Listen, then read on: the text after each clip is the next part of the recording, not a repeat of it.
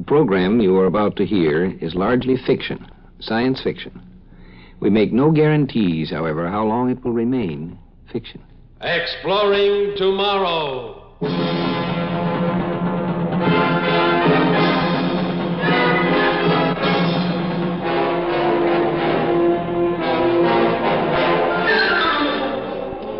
And now, here is your guide to these adventures of the mind, John Campbell, Jr. The philosophers down the ages have hassled a long time and with many words about the good, the true, and the beautiful. The true, well, that can be defined pretty objectively. But there's a peculiar thing about beautiful. What is beauty? And in whose terms? Makes it difficult. With the story of The Adventure of the Beauty Queen, which stars Miss Charlotte Sheffield, Miss United States of 1958.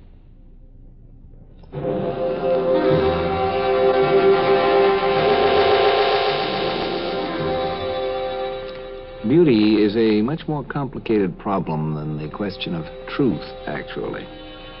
A truth is an eternal thing. If it's true, and that's that. But beauty is appropriate. It changes as the situations change. It changes with time. I wonder how our own concepts of beauty, that is, our human race's concepts of beauty, will change as time goes by. Let's suppose that a famous young woman of our time, Miss United States, if you like, is awakened in her sleep by an alien presence. A strange force she feels but cannot see. It's something she knows is there.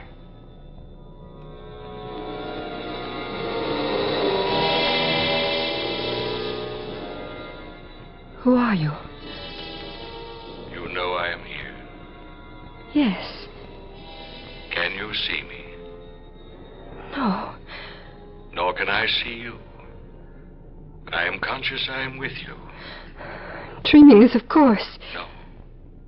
No, it's real. Who are you? A man who, in your terms, belongs to the distant future. I am unborn in the way you think of it. And to me, you have been dead over 1,000 years, were I back in my own orbit. Someone's playing a joke. No. This is no joke. But please, don't be afraid. I mean no harm. I've been dead 1,000 years. Whoever you are, what are you talking about? Listen to me. Try to understand. I belong to a race of scientists. In simple words you can understand, we have a device which enables us to project ourselves into the past. You belong to the past. Do you understand? Yes. The device has made me conscious of you for a long time. I have used it to explore the past, and in these explorations, I have searched for the highest form of human beauty. How do you know whether or not I'm beautiful if you can't see me? The device tells me you're beautiful. Beauty, real beauty, is a force that transmits itself, that can be picked up by a form of radar. Please understand, I am only using terms I think you can follow. In my own orbit, I would not even talk to a child in such simple terms. Go away. Please go away. I can't. I'm in love with you. What? In love with you. In love? Yes. Oh. Very much. Is it funny? Oh, yes. I don't think it is. But it is. Do women of your time always laugh at a man's love? Oh, don't be silly. I wasn't laughing at you. Well, then at what? I just thought it was very funny. The idea of your being in love with a blip on a radar screen. After all, that's about what I am to you, isn't it? Oh, no. It must be. No. The radar screen, as you call it, simply picked you up, pointed you out to us. Us? My associates and I. Oh. I felt very strongly drawn to you. I convinced my associates to conduct further experiments, actual contact with someone out of the past. You. I had to know you. I had to come into orbit with you. Look, don't you think this joke has gone far enough? I told you this is not a joke. Of course it is. Well, you know better. Oh, don't you suppose I know what's going on? Oh, I should have thought of it a long time ago. What is going on? Why, it's very simple. Someone installed a radio pickup in this room, and you're talking to me through a microphone. Talking to you? You are, aren't you? Oh, no. What do you mean, no? I'm not talking to you in the way you think I am. I'm projecting to you. Oh, please stop this. But it's not your voice I hear. I'm receiving impulses from you, not actual words. The device I mentioned interprets the nature of your impulses, translates them into my language. It does the same for you. It's true.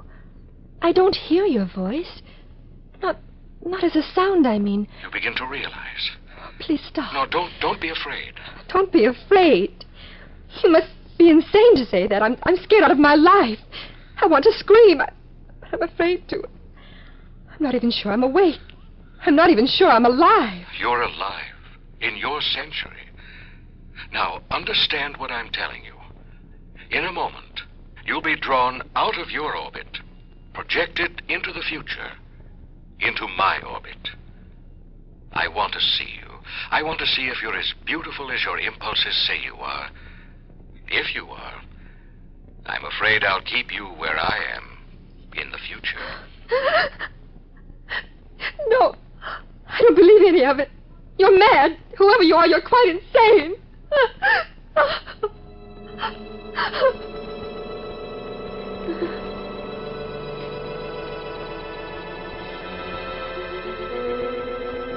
Are you receiving me? Yes. Don't be afraid. You're in limbo, on your way into my orbit.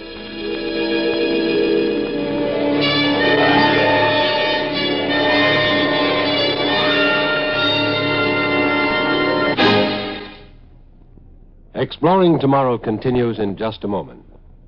All of us, as American citizens, believe in our inherent liberties and freedoms, such as the freedom of the individual to choose and elect his own national representatives. It has been said that there is only one ruling class in America, the people themselves, who, through their vote, have established the law of our land. The real importance of this freedom depends on our accepting the responsibility not only to know what we are voting for or against, but also to choose our leaders for the best interests of the nation. So, accept your responsibility and ensure your freedom.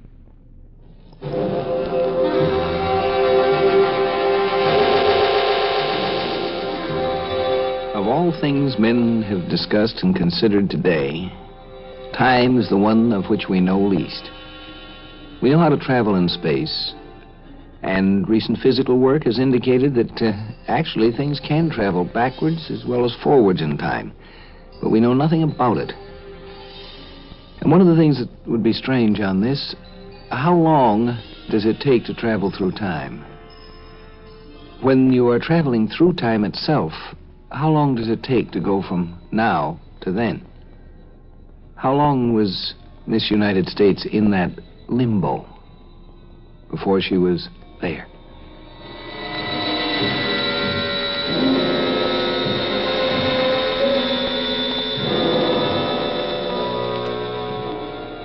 I'm talking to you.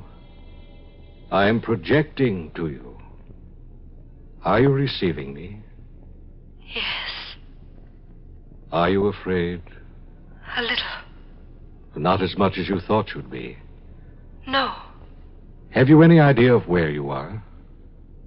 I'm in a room. That's all I know. I'm in the next one.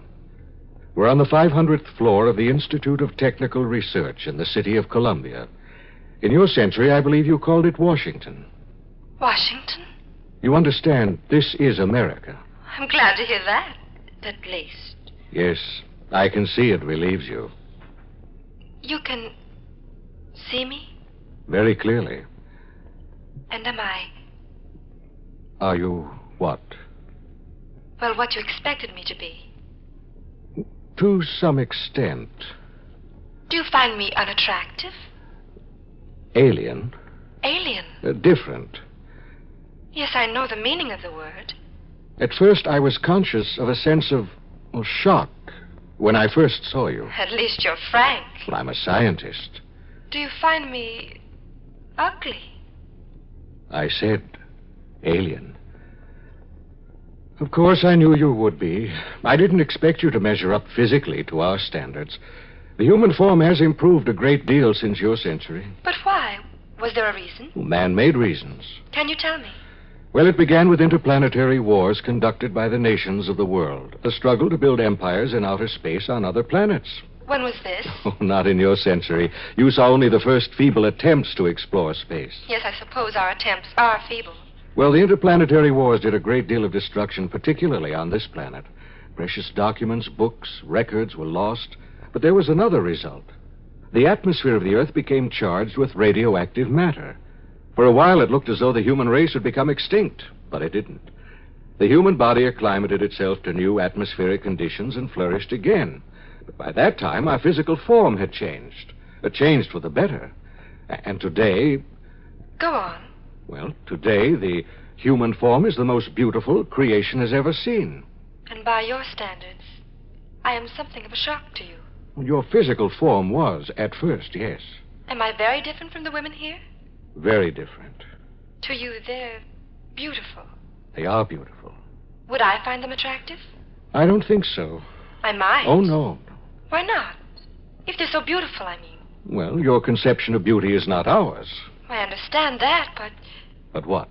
Oh, I don't know. I was going to say that beauty is beauty, but that wouldn't make any sense. No, the concept of beauty is what matters. But you said beauty is a force. It radiates. The inner beauty radiates. I understand that, too. Well, how do you think of the universe? Oh, I think I associate it with God. Identify it with the divine mind. I'm surprised. The universe is a reflection of God. Now I begin to understand why, in spite of your physical form, your beauty reached me. And it has nothing to do with your looks. I wouldn't be very gracious if I didn't say thank you. I'm going to keep you here, you know, if I can. I don't think you quite mean that. I mean it in every sense. I want you now to remember what I've said about the change for the better in human form. I'm going to open the door to your room and come in. Now, please keep in mind that I do not look as the men of your century looked, but also remember that here I'm supposed to be a reasonably good-looking fellow. I would like to see you. Well, you will in the next few seconds.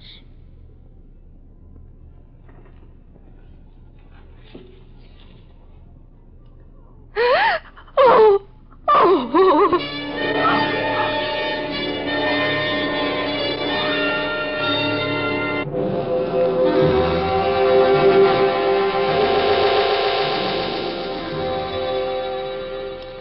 That which is beautiful and befitting, appropriate, depends on the environment it's in. The future people had to undergo some rather complete changes to meet the environment that, shall we say, we, their ancestors, had imposed on them. A little too much radioactivity. And that which was beautiful is no longer befitting. The thing that is now befitting, we might not think of as particularly beautiful. Is it so bad? Oh, I'm sorry. I should not have exposed myself to the shock you feel, to the revulsion you feel at the sight of me.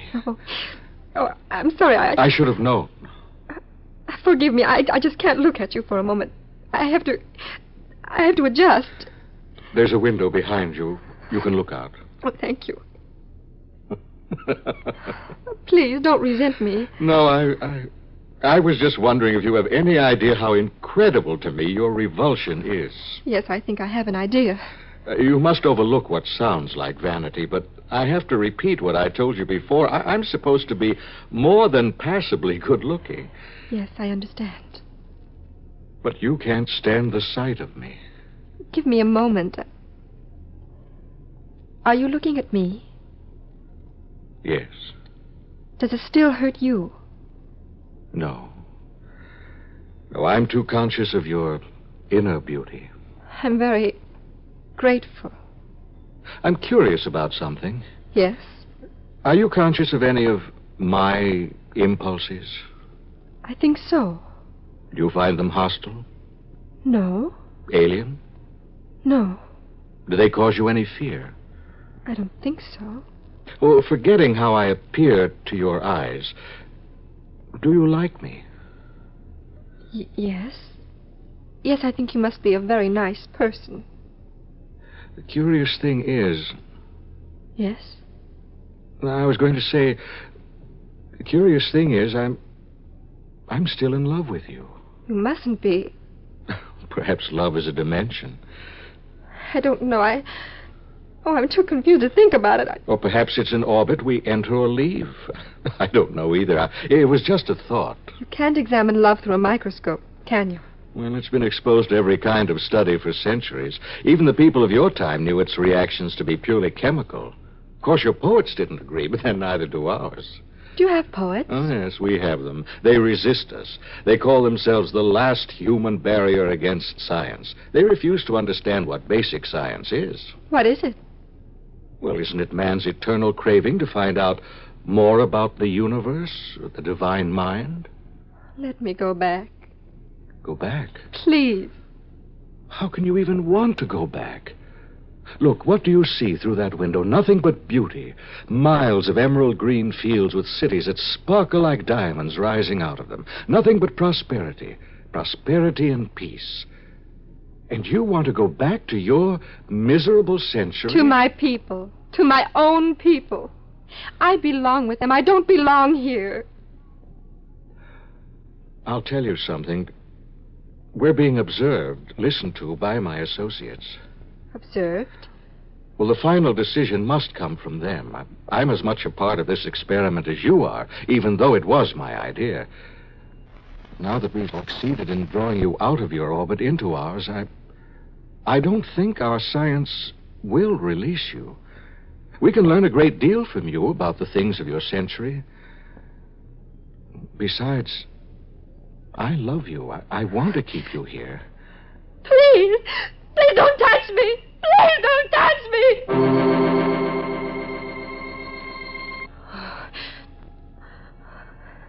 A dream. That's all it was. It's all it was. It couldn't have been anything else.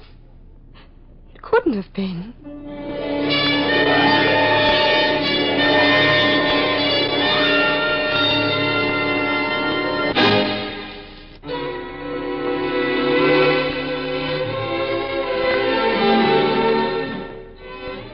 There are parts of beauty that are eternal, that are not like the physical that changes, but the beauty of a true and honest personality. This sort of beauty, that will endure. There are things that you can rely on as time goes by.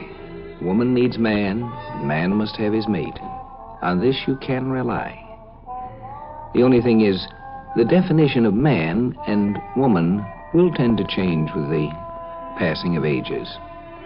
But the fundamental things apply. An honest man and an honest woman. These we need forever.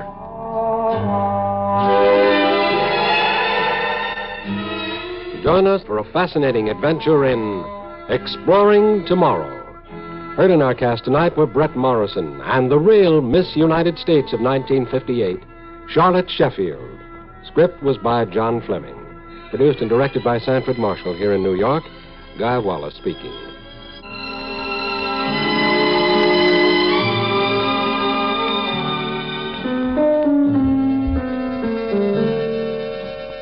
We pause now for station identification.